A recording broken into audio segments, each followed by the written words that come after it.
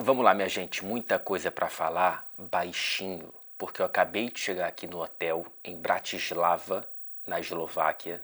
Já passou de 11 da noite, eu vim aqui cobrir a Liga dos Campeões e eu não quero acordar os vizinhos, que eu não sei nem se vão reclamar desse meu tom de voz aqui, desse meu, né, dos decibéis que eu estou emitindo aqui, porque tá um silêncio que eu estou até constrangido de falar nesse volume, mas enfim, vamos tentar. Porque, repito, tem muita coisa para a gente falar. A começar, evidentemente, pela tragédia de um lado e pela festa, pelo passeio de outro, que foi Manchester United 0 e Tottenham 3 em pleno Old Trafford. Eu vou começar falando pelo ponto de vista da tragédia. Muita gente vai focar e reclamar no vermelho do Bruno Fernandes. Eu entendo as reclamações, mas eu não entendo focar nisso como se fosse um divisor de águas para a partida. Olhando o lance em si, pela regra, me parece um cartão vermelho bem aplicado, que seria difícil o VAR tirar e também seria difícil o VAR colocar o vermelho se o árbitro não tivesse dado em campo. Eu não gosto desse vermelho, eu não gosto que a regra obrigue o árbitro a dar vermelho num lance como esse, porque no fim das contas ele não é violento, ele é no máximo desajeitado, por conta do escorregão principalmente, né? Não sinto que o Bruno tenha tentado atingir o Maddison onde ele atingiu, mas no fim das contas foi um pouco destrambelhado e abriu margem para o árbitro fazer o que fez. Mas esse foco para dizer que foi um divisor de águas e absolutamente decisivo para o resultado da partida, ele só é interessante para quem deseja evitar a realidade que já era muito constrangedora. Mesmo no 11 contra 11, nos 30 e poucos minutos de times completos, foi um banho do Tottenham e só estava 1-0 por conta da incapacidade que o Tottenham tem quase que crônica de transformar as tantas chances que cria, o tanto volume de jogo que tem, o que é uma qualidade, em gols. Né? E esse é um defeito do time do Tottenham, apesar de um placar amplo final que a gente vai se debruçar aqui ao longo dessa análise. Fosse um time mais clínico, mais ajeitado, mais pronto do que esse Tottenham do Postecoglou, o placar certamente seria maior antes mesmo do vermelho. Repito, já era uma partida constrangedora do Manchester United, mais uma dentro de casa, mais uma na Premier League. E certamente foi um placar muito magro antes do vermelho e pós-vermelho até o intervalo. A única boa notícia para o Manchester United no primeiro tempo foi ter perdido apenas de 1-0. O mapa para o Tottenham conseguir criar tanto volume de jogo antes mesmo do vermelho, ele era muito simples e muito fácil de ler. A pressão alta do Manchester United, bem feita em certos momentos, quando quebrada, e o Tottenham foi muito valente, o Andy, né, que às vezes pode ser um pouco suicida, de ter apenas o Bentancur ali protegendo o meio-campo com Maddison e Kulusevski, passando pela primeira linha de pressão do Manchester United. Era caminho livre, cara, assim, a liberdade que 5, 6 jogadores do Tottenham tinham no campo ofensivo, no meio campo adiante, era algo assustador e que provavelmente nem nos treinamentos no próprio CT o Tottenham consegue esse tipo de liberdade ou conseguiria simular ter esse tipo de liberdade. Uma evidência muito clara é o primeiro gol. Claro que ele vem de uma qualidade que já foi demonstrada outras vezes e quase resultou no mesmo produto do Van de Ven, que para mim foi, se não o melhor, um dos melhores jogadores em campo. Acho que foi um dos melhores porque o melhor para mim foi o Kulusevski. Mas o Van de Ven, ele não é parado por ninguém do Manchester United até chegar de fato na linha de fundo e tocar para um livre Brennan Johnson. Então são dois absurdos na mesma jogada, que evidenciam esse mapa do ouro, que é um ouro muito fácil de achar. Se ouro fosse tão fácil de achar quanto liberdade, no campo defensivo do Manchester United, certamente o valor do ouro seria menor do que é historicamente. E assim, cara, ainda na tragédia, é um museu de grandes novidades, né? Pega essa atuação, pega esse mapa, pega esse constrangimento, copia e cola em praticamente qualquer uma das últimas 10 temporadas do Manchester United que você vai provavelmente acertar, achar similaridades, achar pares. É como se o Manchester United tivesse nessa espiral sem fim, por mais que de vez em quando tenha suspiros que pareçam muito mais por uma conexão com um passado grande e gigante e absurdo do que por de fato haver evidências de uma melhora de consistência, de um crescimento constante. É impressionante como, quando às vezes parece que volta para esse lugar de tragédia, de terra arrasada, assim. Toda grande derrota do Manchester United, que é muito comum, e eu já trago evidências disso, já trago números para provar isso, ela parece pior do que a anterior e melhor do que a próxima. E isso, enfim, resume essa espiral aparentemente infinita que o Manchester United se vê em meio, né? Cara, é a 4ª derrota de 3-0 em Old Trafford no último ano. Então, é claro que existe esse macro do pós-Ferguson, de 2013 em diante, mas tem um micro aí que se chama Erik ten Hag, que é algo especialmente preocupante. Mas voltemos para o macro. O Manchester United perdeu mais vezes em Old Trafford, jogando pela Premier League, por 3 ou mais gols de diferença no pós-Ferguson, do que na era Ferguson. Ok? No pós-Ferguson, são 23 derrotas por 3 ou mais gols de diferença em Old Trafford na Premier League em 424 jogos, 23 em 4-2-4, do que na era Ferguson, que foram 22 derrotas nesses termos em 1.035 jogos. Bem menos do que, bem mais do que o dobro do pós-Ferguson. Então, isso mostra como a era Ferguson foi absurda e como o pós-Ferguson é essa espiral. Voltando para o micro, o Tottenham teve um XG maior nesse jogo do que o United teve em todos os 3 jogos que mandou em Old Trafford nessa Premier League contra Fulham, Liverpool e agora Tottenham. Num jogo só, o Tottenham criou mais oportunidades e melhores de gol do que o mandante do estádio em 3. Aliás, nesses 3 jogos, o Manchester United marcou um gol contra o Fulham. Sofreu 3 do Liverpool e 3 do Tottenham. E a pergunta que fica é: quando o Ten Hag vai cair? Quando o Manchester United vai entender que realmente, assim, é uma queda já anunciada e que não foi concretizada, não sabemos porquê. Ela não é a única solução, mas me parece a mais urgente nesse momento e a mais prática por uma tentativa de consertar o mais urgente, que é o campo-bola para essa temporada.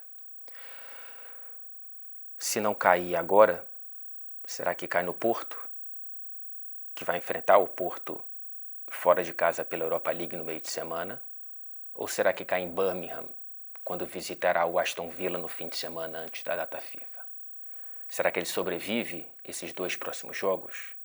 Se sobreviver, volta recebendo o Brentford em Old Trafford, visitando o Fenerbahçe de José Mourinho, Fred, Amrabat, etc. Visita depois o West Ham e recebe o Chelsea. Será que o Ten Hag sobrevive a isso tudo? Eu ficaria surpreso. Apesar de entender que, nesse momento, qual treinador de elite, primeiro, está livre e, segundo, aceitaria encarar esse Manchester United. Passando para o passeio, passando para a festa. É uma vitória muito grande do Tottenham, uma das maiores do trabalho do Postecoglou à frente dos Spurs é muito contundente e muito importante para esse momento de uma confiança mais fragilizada pelos últimos resultados.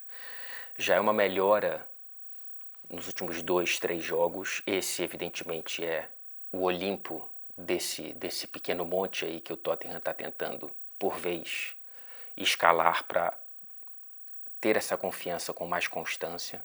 O Van de Ven, repito, voando. O Brennan Johnson voltando a marcar, são 4 gols nos últimos 4 jogos. O Solanke também seguindo, balançando as redes. O Bergvall entrou bem.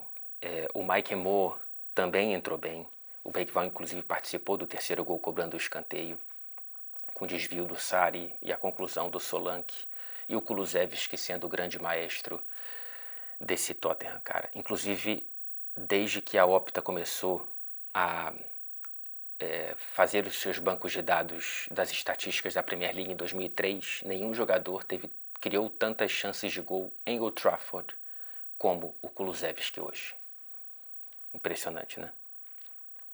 Isso diz muito sobre o Manchester United e também sobre esse Tottenham e sobre o Kulusevski. Inclusive, esse Tottenham, olhando para os números de toda a Premier League nessas 6 primeiras rodadas, é o time que tem mais toques na bola dentro da área do adversário, tem o maior XG criado, o maior número de chutes a gol, o segundo maior número, o maior número de chutes no gol, o segundo maior número de finalizações e o terceiro melhor ataque. Mal ou bem, esse Tottenham tem números ali nas camadas menos óbvias que mostram que, pelo menos em termos de criação, tem muito volume, pode melhorar, mas tem um volume que é interessante caso consiga ser um pouco mais clínico nessa fase final. A grande questão é que precisa ser um time menos caótico defensivamente, né? A minha impressão é que quando o Tottenham ele perde a bola, em vários momentos hoje, mesmo contra esse Manchester United, isso se deu, parece um time desencaixado, com jogadores fora de posição e com alguma fragilidade que contra um time mais potente, e são vários mais potentes do que o Manchester United, ele pode se complicar como já se complicou na temporada passada, nessa temporada, enfim. É claro que poderia ter sido mais clínico se fosse o som, né? Infelizmente o Tottenham perdeu o som momentos antes da partida por um problema físico, nem para o banco foi. Imagina se ele tivesse jogado o que teria sido esse placar e esse jogo, antes mesmo do vermelho. Porque o Timo Werner, sinceramente, eu só não digo que eu desisto dele porque ele ainda cria oportunidades, mas eu tenho a sensação de que ele cria oportunidades porque o Tottenham cria oportunidades. E praticamente qualquer jogador ali de um nível bom de Premier League faria o que o Timo Werner faz. Ele é muito pouco útil quando ele tem que fazer o principal do trabalho dele, que é marcar, assistir, enfim. Eu acho que é um jogador que tem deficiências muito graves para um elenco de um clube importante, de uma liga importante, como é o Tottenham, como é a Premier League. Mas no fim das contas, meu amigo, é 3-0 em Old Trafford, é um passeio com direito ao olé da torcida, com direito à torcida cantando para o Manchester United se o Tottenham pode jogar contra eles toda semana. Uma torcida brincando com o fato de que o estádio se esvaziou depois do terceiro gol, cantando, perguntando se havia algum teste de evacuação naquele momento para justificar aquele vazio nas arquibancadas de Old Trafford.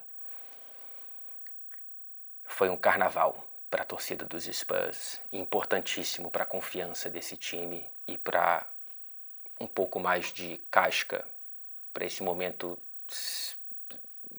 relativamente frágil do Postecoglou à frente dos Spurs. Próxima rodada da Premier League vai ser a última antes da data FIFA de outubro. Teremos o United visitando o Villa, como eu disse, e o Tottenham visitando o Brighton. Antes enfrenta o Ferencváros pela Europa League, assim como o Manchester United joga na Europa League fora de casa contra o Porto. Deixa eu passar aqui para Cole Palmer 4, Brighton 2. Que espetáculo que é ver o Cole Palmer jogando bola e que espetáculo único que foi especialmente esse primeiro tempo dele em Stamford Bridge contra o Brighton, gente. Assim, foram 4 gols marcados que poderiam ter sido 5 ou até 6 na partida. O que foi esse gol de falta, cara? Para assinar um hat-trick. Um com bola rolando, outro de pênalti, outro de falta, assim.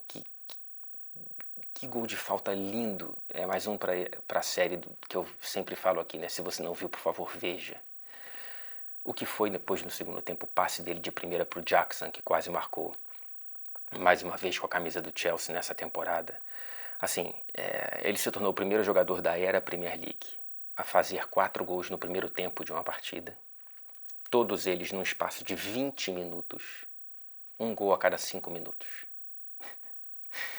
E desde que o Palmer chegou ao Chelsea para mostrar que isso aqui, não vou dizer que é regra pelo volume, mas é regra pela qualidade e não exceção.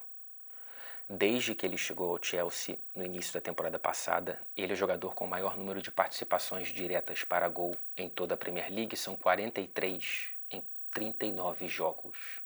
28 gols marcados, 15 assistências. Aliás, é o único que tem 15 assistências nesse período. Voltando para a participação direta para gols, ele está à frente do Haaland, que é o segundo colocado com 42, e do Salah, que tem 36. 43 para o Palmer em 39 jogos. Ele já tem o maior número de hat-tricks na era Premier League pelo Chelsea. São 3. Ele está ao lado de Drogba, Lampard e Hasselbank. Acabou de chegar. 21 anos de idade. Cara, o futuro do Cole Palmer é algo que pode ser estratosférico. É um jogadoraço. É um dos melhores jogadores da Premier League desde que ele chegou. Um dos melhores meias, inclusive, tá? Você pode colocar aí na conversa o De Bruyne, o Odegaard, o Foden, mas em termos de participações diretas para gol, nenhum desses está próximo. Então, números decisivos é o Palmer quem tem muito mais do que esses que eu falei. Cara, ele tem mais do que o Haaland, né? Assim, ele tanto marca quanto assiste. Ele tem quase o dobro de gols do que assistência. Olha que ele é o único que tem 15. É um negócio assustador. Eu adoro a comemoração do Cole Palmer. E a gente já pode começar a conversar se foi a maior perda do Pep Guardiola como treinador. É claro que tem nomes gigantes, né, com carreiras muito maiores, como Ronaldinho, Ibrahimovic, Deco e outros que você pode me lembrar aqui.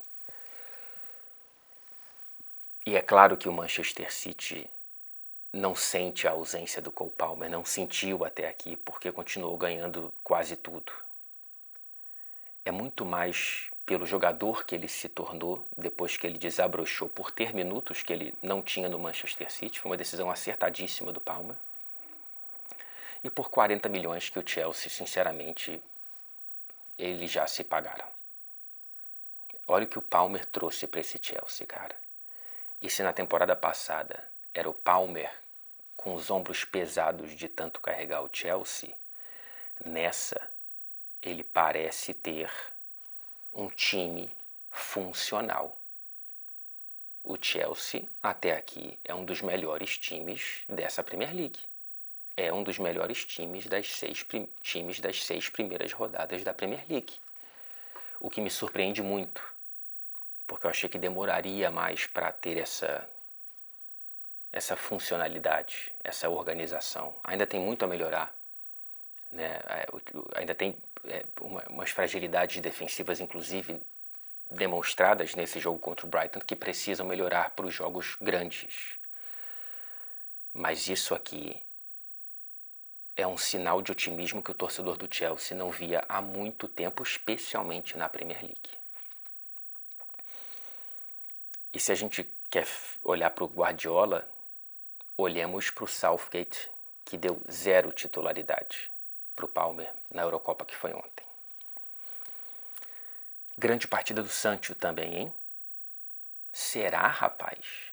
Será que teremos um Sancho consistente, já é titular desse Chelsea. Arrumou um pênalti e deu uma assistência. Um belo passe, inclusive, para o gol do Palmer, o primeiro, se eu não me engano, né? Já são tantos que eu me perdi na ordem. Enzo Fernandes bem também ali pelo meio, enfim, cara. E olha que o Chelsea ainda não tem o Reece James, não sei se terá, tomara que tenha, mas a única nota de pesar é o Robert Sanchez, que falhou nos 2 gols, né? Principalmente, claro, no segundo, que ele erra o passe. Mas no primeiro ele sai cartando borboleta e facilita para o gol do Brighton. Olho nesse Chelsea, que é uma grata surpresa até aqui. Próxima rodada, antes da próxima rodada da Premier, o Chelsea enfrenta o Ghent pela Conference League e termina recebendo o Nottingham Forest, enquanto o Brighton recebe os Spurs, como a gente já disse aqui. Passando para o novo líder dessa Premier League, Liverpool 2, Wolverhampton 1, fora de casa, então Wolverhampton 1, Liverpool 2, é o único time, o Liverpool, com 5 vitórias nas 6 primeiras rodadas, 15 pontos, não está invicto como City e Arsenal, mas é o líder com um pontinho a mais do que a dupla que brigou pelas últimas 2 edições da Premier League. Falando em bons começos, em bons sinais, esse começo do Liverpool, imagina se não tivesse tropeçado no Forest, hein? Que foi realmente 3 pontos perdidos e jogados no lixo, que não podem ser jogados no lixo, mas nessa partida especificamente, quem teve mais volume de jogo? Se for essa pergunta, o Wolverhampton. Só que quem criou as melhores chances, as mais perigosas? Liverpool. Além dos gols marcados, teve um gol perdido na pequena área pelo Szoboszlai, um gol perdido dentro da área pelo Salah, com um gol praticamente livre. Então, por mais que o Wolverhampton tivesse criado mais volume, o placar foi justo. Não dá pra fugir disso, cara. Mais uma grandiosa atuação desse reforço aí para a volância, o Ryan Gravenberch. Aliás, a revolução holandesa do slot trouxe 2 revolucionários que foram reforços dentro do próprio elenco. E cada vez mais eu sinto isso. O Gravenberch, titularíssimo, e o Gakpo, que só não é titular porque realmente é difícil você bancar o Luiz Dias. Mas é uma opção interessante. É um problema bom para o slot ali. Na partida que o Luiz Dias cair, tem que entrar o Gakpo. Na semana de treino que o colombiano não for tão bem, o Gakpo tem que ser titular. Enfim, é um problema para ele resolver. Temos que falar da falha do Konaté, né? Pro gol marcado pelo belo lateral Ait-Nouri, dos Wolves. E o Konaté estava tendo uma belíssima atuação, inclusive com o gol marcado, o primeiro dele com a camisa do Liverpool na Premier League, inclusive. O Salah, que perdeu o gol que eu disse aqui, mas marcou num pênalti sofrido, e foi pênalti mesmo, pelo Diogo Jota, numa atrapalhada ali do Nelson Semedo. O Salah chega ao gol de número 161, 161 dele dentro da Premier League. Ele já está no top 10, segue ali, né, na artilharia histórica da era Premier League, está na 10ª colocação, só que agora apenas um atrás do 9º colocado, que é o Jermaine Defoe, e ele está a 2 do Robbie Fowler, que é o 8º colocado. Quando a gente olha para participações diretas para gol na era Premier League, ele agora alcança o número do Agüero, 231 participações diretas para gol na era Premier League, 6ª colocação. Há 7 participações do Lampard, que fecha o top 5. Então Lampard 237, Henry na 4ª colocação, 249 participações diretas para gol.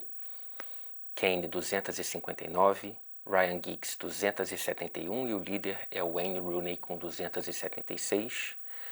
É o número de participações diretas para gol na era Premier League pelo mesmo clube. Esqueci de adicionar esse detalhe. Então Salah pelo Liverpool, Agüero pelo City, Lampard pelo Chelsea, Henry pelo Arsenal, Kane, Tottenham, Giggs e Rooney pelo Manchester United. O Salah é muito histórico, um dos melhores jogadores da era Premier League, sem nenhuma dúvida. E, cara, mais uma boa partida do Wolverhampton com mais uma derrota. É o pior início de temporada da história do Wolverhampton, ao lado de 64-65, 2002-2003. As 3 campanhas com apenas 1 ponto nas 6 primeiras rodadas do campeonato inglês. O problema é que esse número, por mais que ele seja drástico, pesado e perigoso, é preciso entender um contexto. Nas 6 primeiras rodadas, o Wolverhampton só pontuou contra o Forest e enfrentou Liverpool, Arsenal, Chelsea, Aston Villa e Newcastle. É complicado, né? Começar assim realmente o sorteio da ordem dos jogos não foi benéfico para os Wolves, que eu sinto que é um time que joga melhor do que entrega de resultado. Isso tende a melhorar conforme for enfrentando equipes da segunda página da tabela, acredito eu, tá? Porque foi mais um grande jogo do André, do João Gomes, do Matheus Cunha, do Lemina, apesar de alguns erros ali, do Aït-Nouri, do centroavante, que é o novo reforço que me fugiu o nome. Acho que tende a melhorar, tá? Próxima rodada, pré-data FIFA, o Liverpool visita o Palace, antes recebe o Bolonha pela Champions. Estarei em Anfield com muita felicidade. E o Wolverhampton visita o Brentford. Vamos para Arsenal 4, Leicester 2, uma vitória importante, esperada, porém fundamental depois do susto do Leicester com um golaço do lateral James Justin, que marcou 2 vezes, mas o segundo gol é pintura. Mais uma para a coleção, se você não viu, por favor, veja. Que golaço, cara. Tem que estar, imagino, entre os melhores da temporada. Da Premier League, pelo menos, tá? Cara, o Leicester empatou e o Arsenal entrou nos acréscimos do segundo tempo com 2-2 depois de abrir 2-0. Só que aí vem um escanteio. E aí, escanteio, como sempre, ou quase sempre, é gol do Arsenal. Já aos 49 do segundo tempo. Caramba, perdão.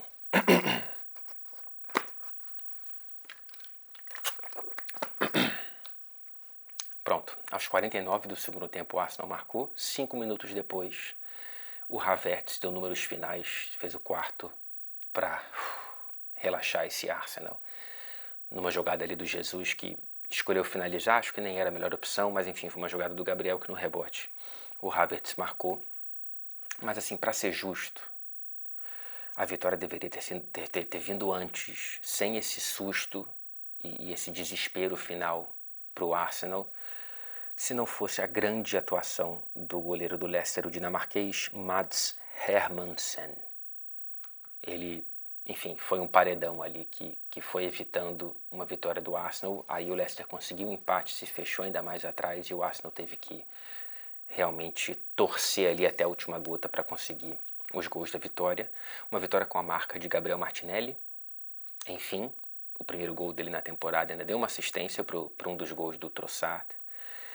E eu me pergunto se temos um novo titular na lateral direita do Arsenal, o Timber, por conta da entrada do Calafiori na esquerda, ou se quando o Ben White estiver bem fisicamente ele rouba a posição. E eu não entendo, não sei o que o Arteta vai fazer na esquerda, se ele vai voltar com o Timber para lá ou vai manter o Calafiori, que é um jogador muito interessante, que começa muito bem para esse Arsenal, apesar de ter corrido o risco de receber o segundo amarelo. Uma reclamação muito grande do Steve Cooper, inclusive, dele não ter recebido. Ele ficou ali naquela zona cinzenta. O árbitro não deu o segundo amarelo pro Calafiori, mas ele fez uma grande partida. Já tinha feito o golaço contra o Manchester City, começa muito bem. É um jogador interessante, de características muito diferentes. As do Timber e as do Ben White. Mais uma vez, um excelente problema para um treinador. O Arteta ele tem ótimas opções, tomara que todo mundo fique saudável, porque na zaga ninguém mexe. Nas duas torres, Gabriel Magalhães, que quase fez mais um gol de escanteio, e o Saliba. E mais uma boa entrada da joia desse Arsenal, o Ethan Nwaneri. 17 anos de idade, fez 2 gols agora na goleada sobre o Bolton, na Copa da Liga no Emirates. Mais uma vez entra bem durante a partida de Premier League. E eu imagino que em algum momento o Arteta vai dar uma chance para ele como titular ou mais minutos enquanto o Odegaard estiver machucado. É um jogador que merece mais minutos. Eu quero ver mais do Nwaneri, mas enfim, o Arsenal não tem urgência, está conseguindo vencer mesmo sem o Odegaard, e isso é fundamental, mostrando que se vira mesmo sem o seu melhor meio-campista. O Arsenal agora recebe o PSG pela Champions. Infelizmente não vou cobrir esse jogo, porque estou aqui em Bratislava, estou amarradão de estar aqui, mas queria cobrir tudo, se pudesse. E depois recebe o Southampton antes da data FIFA, enquanto o Leicester recebe o Bournemouth no fim de semana. Deixa eu fechar com o empate entre Newcastle e Manchester City no St. James's Park. Apenas o segundo empate de Eddie Howe contra o Pep Guardiola em 17 confrontos. São 14 vitórias para o Guardiola, 2 empates e 1 vitória do Newcastle. Os 2 empates foram no St. James's Park, assim como a única vitória, se eu não estou enganado.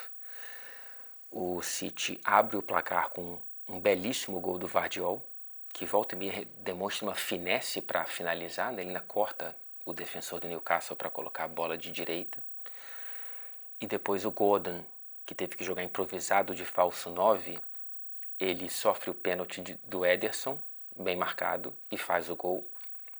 Um belo passe do Bruno Guimarães, que foi muito bem, assim como o Joelinton nesse meio campo do Newcastle, com 2 times muito desfalcados de jogadores importantes, né? O Newcastle não tinha principalmente o Isaac e nem o substituto direto, que é o Callum Wilson. E ele teve que improvisar o Gordon, que foi bem, dadas as condições. E o City, claro, sem o Rodri, vai ter que se virar porque acabou a temporada para o Rodri, e também sem o Kevin De Bruyne, que a gente não sabe se volta antes ou só depois dessa pausa para os jogos de seleção. O Guardiola, como de maneira compreensiva e até esperada, ele começou com o Bernardo e não com o Savinho, porque claramente queria mais controle do que ir para a trocação com o Newcastle, e eu acho isso, repito, compreensível. Não só porque ir para a trocação com o Newcastle, especialmente no St. James's Park, é quase suicídio, mesmo para o poderio do Manchester City, só que sem o Rodri fica pior ainda, cara. Muito difícil ganhar as bolas aéreas e os rebotes no meio campo sem o Rodri, ainda mais contra a torre, que é o Joelinton, e a força, que é o Bruno Guimarães. O City não tem esse jogador. Tentou ali com o Kovacic ao lado do Gundogan. O Gundogan muito mal, né? Ainda não voltou para o Manchester City direito o Gundogan. Não sei se é um sinal de qual Gundogan voltou para o Manchester City ou se é apenas um período inicial ali. Ele realmente não está bem, errou muita coisa, desperdiçou muito a preciosa posse de bola do Manchester City. E eu fico na dúvida de que para quem o empate foi melhor. Se é para o Newcastle, que raramente consegue segurar esse Manchester City, ou não foi tão bom porque poderia ter capitalizado mais numa partida em que teve mais volume de jogo do que o City, ou se foi para o Guardiola, porque é difícil bater o Newcastle no St. James's Park, ainda mais sem Rodri e sem De Bruyne. Não sei, sinceramente, acho que o empate fica de bom tamanho para os dois lados, ou estou muito em cima do muro, não sei. Finalizando com a projeção aqui que eu fiz para todos, o City recebe o Fulham no fim de semana, antes aqui enfrenta o Slovan Bratislava pela Champions, enquanto o Newcastle visita o Everton, que finalmente venceu nessa Premier League. Eu queria falar um pouco mais de outros jogos, mas o vídeo já está longo, já está tarde e eu preciso começar a me organizar para dormir, porque semana de Champions, né, mais cobrindo 2 jogos em 2 países diferentes é pancada, tá bom? Mas não queria deixar de postar esse vídeo hoje. Um beijo para vocês, obrigado pela companhia, pela paciência, pela duração do vídeo e pelo volume, um SMR, é isso? É essa a sigla? É SMR? Eu acho que não é? É isso aí. Especial para vocês. Um beijo. Boa noite.